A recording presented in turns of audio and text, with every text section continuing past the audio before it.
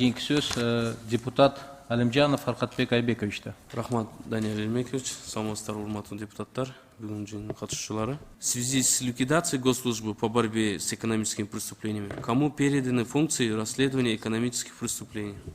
Там несколько бөлүнгөн. Дагы еще каралып аткан эле, мен тактап сизге берейинчи, чтобы туура маалымат бергенге. Анткени ал боюнча бүгүн биз алган эмеспиз акыркы маалыматынчы функция кайсы жака кеткенин. Рахмат.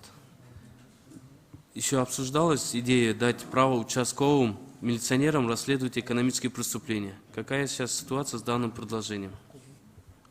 Ал ишкерлер обсужденияга чыгарып, ал ички иштер министрлиги алып чыккан, биз эсибизде бар. Ал жакта ишкерлер тарабынан чоң резонанстуу эмелер болгондуктан азыр токтоп турат. Это хорошо. Менде дагы повторный болуп калып атат. Себеби в прошлом году Министерство экономики предлагало список проверяющих органов, состоящих из 8 ведомств. А почему сейчас 2 раза увеличивается, так как президент этот же эффективно, сейчас же сокращение же все идет. Бул просто структура кабинета министров ошондой бекилген, ошондуктан увеличенияга кеттик да. Структура ошондой бекилген.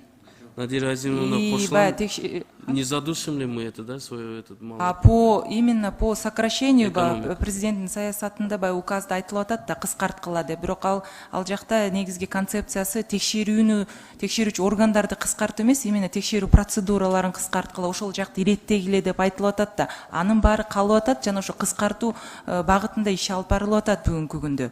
Бирок ошо текшерүүгө чыкчу органдардын тизмеси бекиген жөнүндө маселе да бул жакта. Вы тогда в письменном виде можете мне дать из 8 ведомств, которые было до этого, в прошлом году, которые Министерство экономики предлагало? Хорошо. И почему это увеличилось?